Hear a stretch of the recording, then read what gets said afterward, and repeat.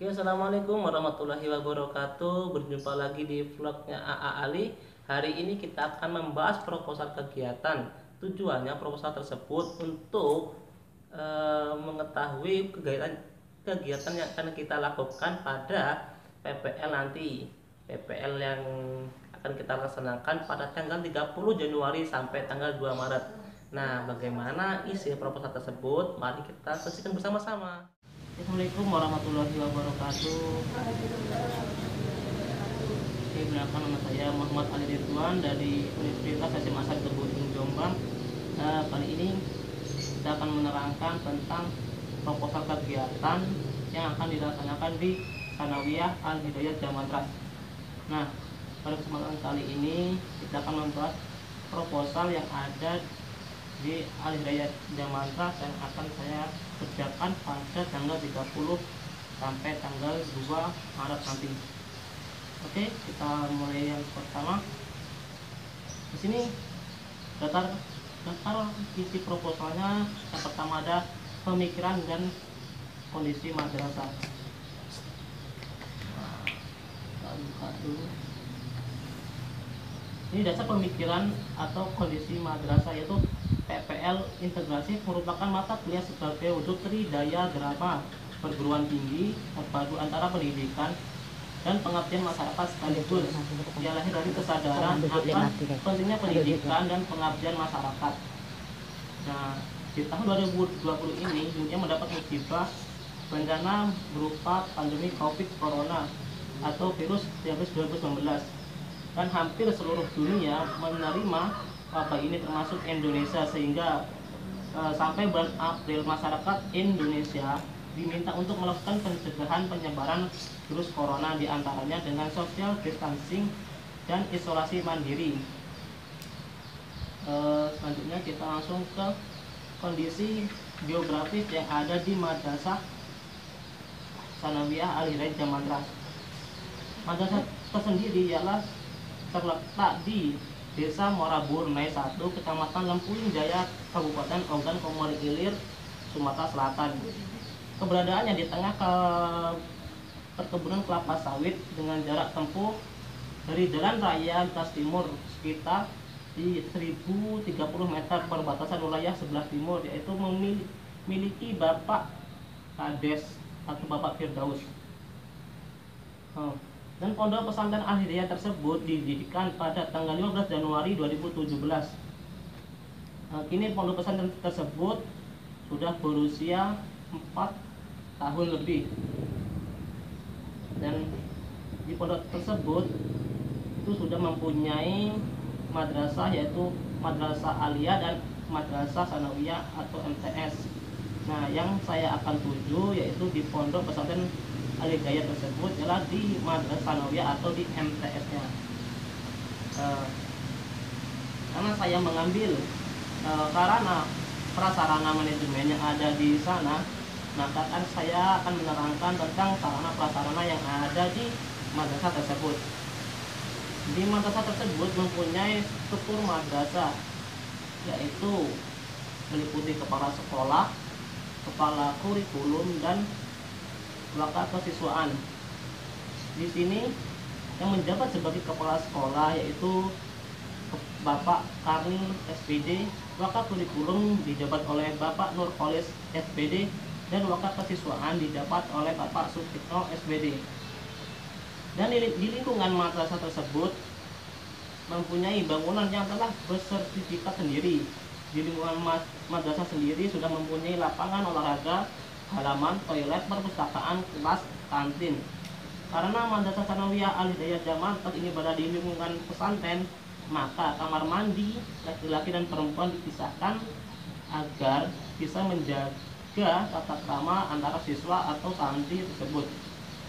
Di Madrasah Sanawiyah Al Hidayah Jamantras juga mempunyai ekstrakurikuler seperti pencaksilat, kaligrafi, dan menjahit. Tujuannya supaya peserta didik mempunyai keahlian ketika sudah pulang ke rumah masing-masing. Nah, sini kita akan menjelaskan manajemen sarana prasarana.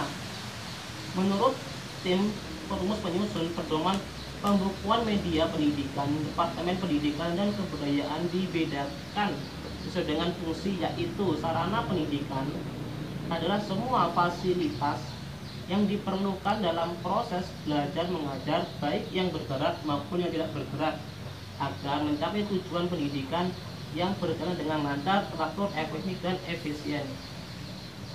Dan di Al-Hidayah tersebut itu mempunyai sarana prasarana. Yang pertama, mempunyai 6 ruang kelas, mempunyai 1 ruang guru, mempunyai 20 tenaga pengajar. Dan sini akan menjelaskan tentang stakeholder masalah madrasah. Dalam stakeholder sekolahan, stakeholder adalah masyarakat sekolah, merupakan warga atau individu yang berada di lingkungan dan sekitar sekolah yang berhubungan secara langsung maupun tidak langsung terhadap manajemen sekolah, memiliki kesadaran sosial dan mempunyai pengaruh terhadap sekolah. Stakeholder adalah segenap komponen terkait yang memiliki hak serta kewajiban yang sama dalam merencanakan, melaksanakan, dan melakukan pengawasan terhadap program-program pendidikan. Secara umum, istilah stakeholder diartikan sebagai pemangku kepentingan. Yang pertama, masyarakat, ada dewan pendidikan dan komite sekolah. Masyarakat berperan dalam meningkatkan mutu pelayanan pendidikan yang meliputi perencanaan, pengawasan, dan evaluasi program pendidikan melalui Dewan Pendidikan dan Komite Sekolah. Dewan Pendidikan sebagai lembaga mandiri dibentuk dan berperan dalam peningkatan mutu pelayanan pendidikan, tenaga, sarana, dan sarana, serta pengawasan pendidikan pada tingkat nasional, provinsi, dan kabupaten kota. Yang ketiga, ada komite sekolah. Komite sekolah tersebut ini dijelaskan sebagai lembaga mandiri dibentuk dan berperan dalam meningkatkan mutu pelayanan dengan memberikan pertimbangan, arahan, dan dukungan tenaga, sarana prasarana, serta pengawasan pendidikan pada tingkatan suatu pendidikan. Dalam stakeholder tersebut itu ada internal dan eksternal. Stakeholder internal itu meliputi tenaga pendidikan, ada guru dan siswa. Yang stakeholder internal itu ada orang tua atau wali murid, pemerintah, dan masyarakat. Permasalahan dan identifikasi permasalahan madrasah. Sebagai hasil survei observasi dan wawancara yang telah dilakukan kepada kepala madrasah dan warga sarana prasarana, dapat dilihat perbatasan madrasah yang ada Madrasah Tsanawiyah Al-Hidayah Damanras. Setelah adanya pandemi Covid ini, beberapa guru terhambat dalam melakukan pekerjaan dikarenakan untuk memenuhi aturan oleh pemerintah yang mengharuskan masyarakat Indonesia untuk di rumah atau social distancing, tidak diperbolehkan keluar rumah jika tidak ada berkepentingan yang mendesak. Berhubung madrasah atau sekolah tersebut hanya anak pondok saja, maka pembelajaran bisa dilakukan secara bertatap muka karena anak pondok saja yang sekolah bukan dari luar, sehingga bisa menjalankan pelajaran secara semestinya atau tanpa menggunakan HP. Nah, di sini program kerja yang akan saya laksanakan di Al-Hidayah Damanras. Yang pertama, membuat profil Madrasah Tsanawiyah Al-Hidayah, observasi lapangan terkait manajemen sarana prasarana madrasah. Tujuan program di sini sebagai mahasiswa kita tidak mempunyai tujuan program. Yang pertama, untuk mengetahui sarana prasarana di Madrasah Al-Hidayah Damanras.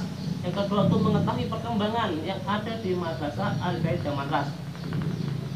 Ini juga ada target sebagai tujuan. Targetnya yang pertama, menjadikan manajemen sarana-sarana yang baik. Yang kedua, terwujudnya lingkungan yang bersih, tersusunnya laporan hasil kegiatan pengelolaan sarana-sarana selama 1 tahun. Yang keempat, memperbaiki meja kursi yang sudah rusak. Yang kelima, evaluasi program kerja untuk tahun berikutnya.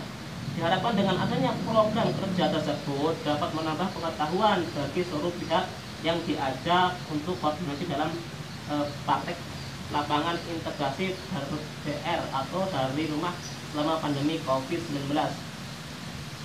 Nah, di sini pelaksanaan kegiatan.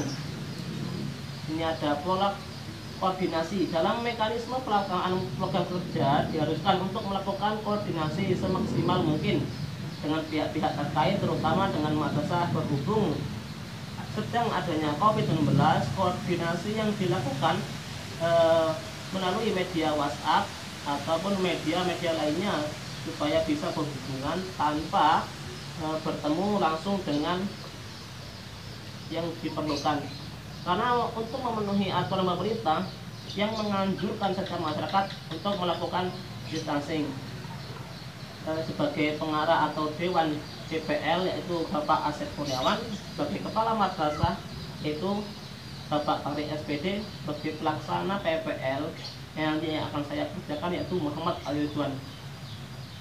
Pihak-pihak yang ikut serta dikarenakan pada tahun 2020 ini seluruh dunia sedang terjadi musibah yakni pandemi COVID-19, maka pihak-pihak yang diajak ikut serta dalam TPL integratif dari rumah ini melakukan koordinasi sebagai batas via WA, via online maupun via WhatsApp lainnya untuk mematuhi aturan pemerintah mengenai social distancing.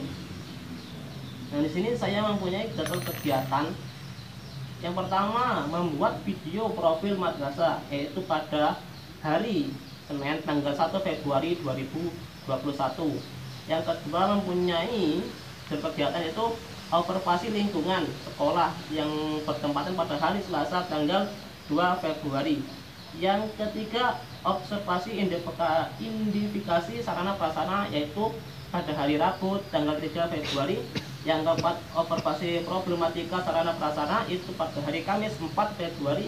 Yang kelima, membuat video sarana prasarana pada madrasah itu pada 5 Februari. Selanjutnya ini ada calon pengesahan nanti yang akan diusahakan pada Bapak DPL atau Bapak Pengarahan Lembaga Perorangan dan Masyarakat. Judul kita memakai judul masa pandemi COVID integrasif atau dalam PPL yang memakai individu atau masih memakai sarana prasarana ini sebagai penunjang PPL kami. Sekian dari saya. Terima kasih atas waktunya. Saya akhiri. Wassalamualaikum warahmatullahi wabarakatuh. Oke, terima kasih telah menyaksikan video proposal presentasi yang saya sampaikan. Mungkin kurang lebihnya saya mohon maaf karena suara kurang jelas, karena kita sedang presentasi itu sedang ada gerimis dan hujan. Sekiranya mohon maaf. Terima kasih atas perhatiannya. Saya akhiri. Wassalamualaikum warahmatullahi wabarakatuh.